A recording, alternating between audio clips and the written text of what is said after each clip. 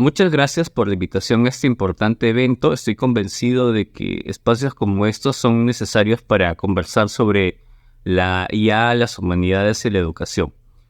Antes de empezar, quisiera dejar claro que todo lo que diga en este video debe entenderse a partir de una experiencia limitada, en base al contexto y como información provisional, porque el mundo de la IA es cambiante y frenético. Para poder hacer en orden esta charla, quiero utilizar una estructura de análisis FODA, es decir, las fortalezas, las oportunidades, las debilidades y las amenazas de la IA en la enseñanza de las humanidades o en el campo de las humanidades, aunque lo haré con algunas licencias propias de los límites de cada categoría.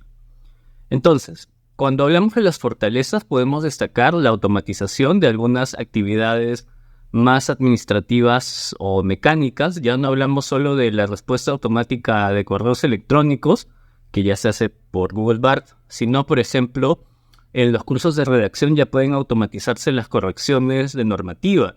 Y esto va para estudiantes y profesores.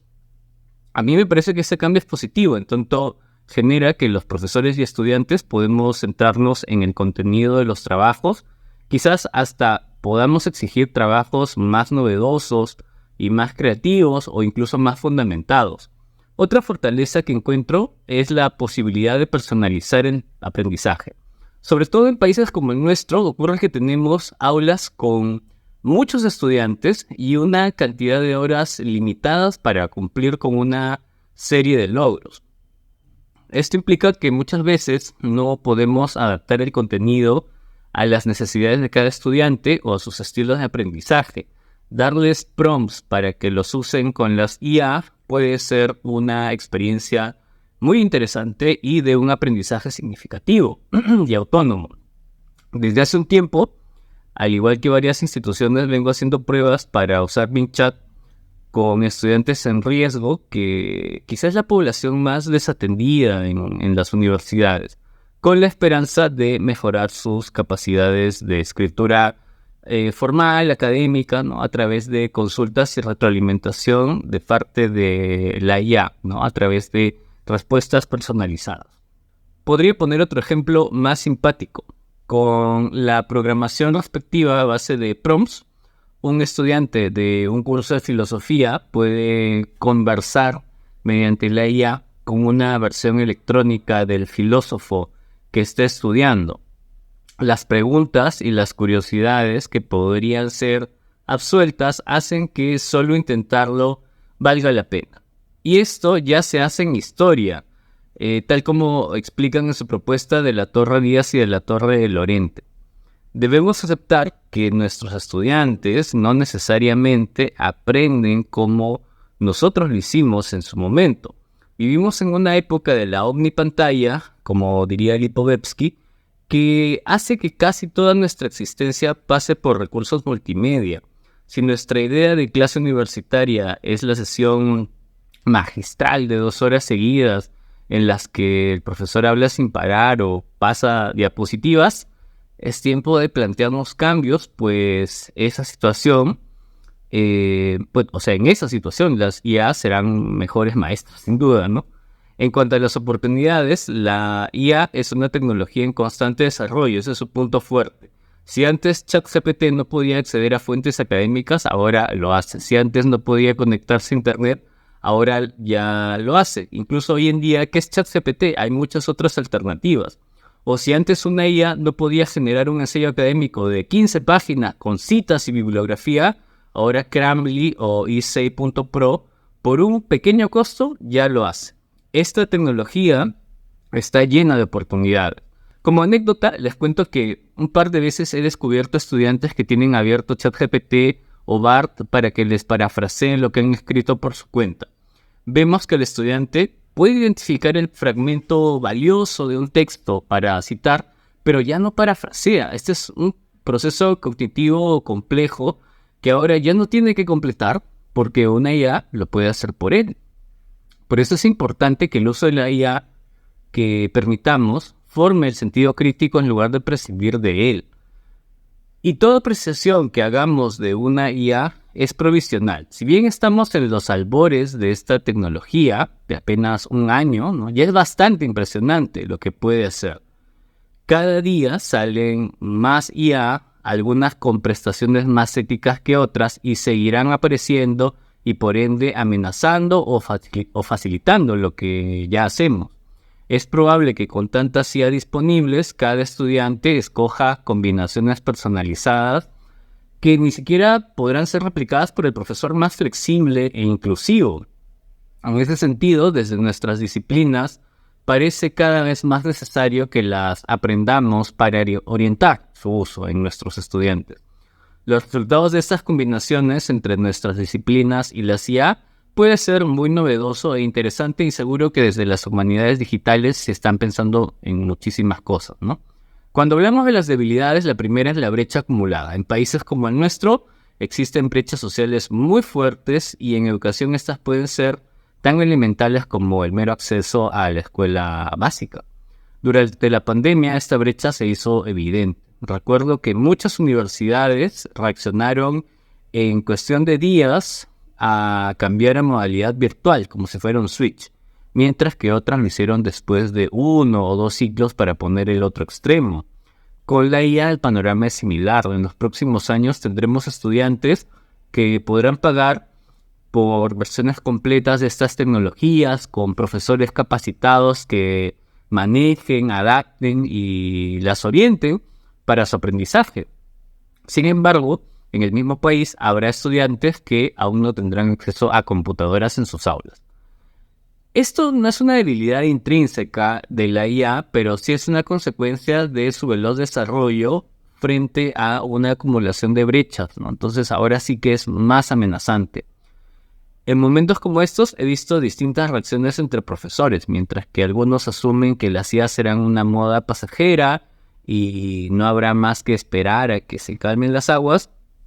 Del otro lado hay profesores entusiastas que usan las versiones pagadas de ChatGPT, ¿no? Ponen ahí sus $20 mensuales y ya están diseñando bots personalizados sobre temas académicos e incluso algunos, digamos, de negocios, ¿no? Otros estamos proponiendo sílabos de cursos exploratorios o buscamos cómo sacarle el jugo a las versiones gratuitas para nuestras clases. No estamos pagando $20 al mes. En ese sentido, si esta tecnología sigue desarrollándose a esta velocidad, es muy probable que los profesores menos familiarizados con la IA se conviertan en más prescindibles, más allá de el valor que tienen en otros ámbitos. Creo que todos los que estamos involucrados con la IA de alguna manera queremos responder una pregunta más o menos manifiesta.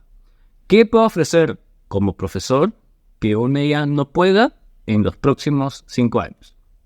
No me refiero al presente, en donde hay muchísimo en lo que somos mejor que una IA, por decir casi todo. Y quiero ir más allá de este momento en el cual la IA tiene un año de haber sido masificada. Estoy pensando en los cambios que están viniendo y estoy pensando en el lugar de las humanidades en esos cambios. Sobre las amenazas, sin duda el uso no ético de estas tecnologías es una permanente preocupación. Ya me he topado con estudiantes que han intentado presentar trabajos total o parcialmente generados por IA. Y si bien esa es una preocupación legítima, lo más peligroso para mí es que los estudiantes no sepan realizar tareas que son elementales al punto de que haya una dependencia, ¿no? Lo decía hace un rato con el parafraseo. Pongo otro ejemplo. Como dije hace un momento, vivimos en el mundo de la omnipantalla, pero también vivimos en el tiempo de la autoexplotación eficiente. Y también es el tiempo en que el contenido ya no solo debe ser audiovisual, sino también corto y entretenido como un TikTok. Uno de los resultados de todo esto es que los estudiantes ya no quieren leer.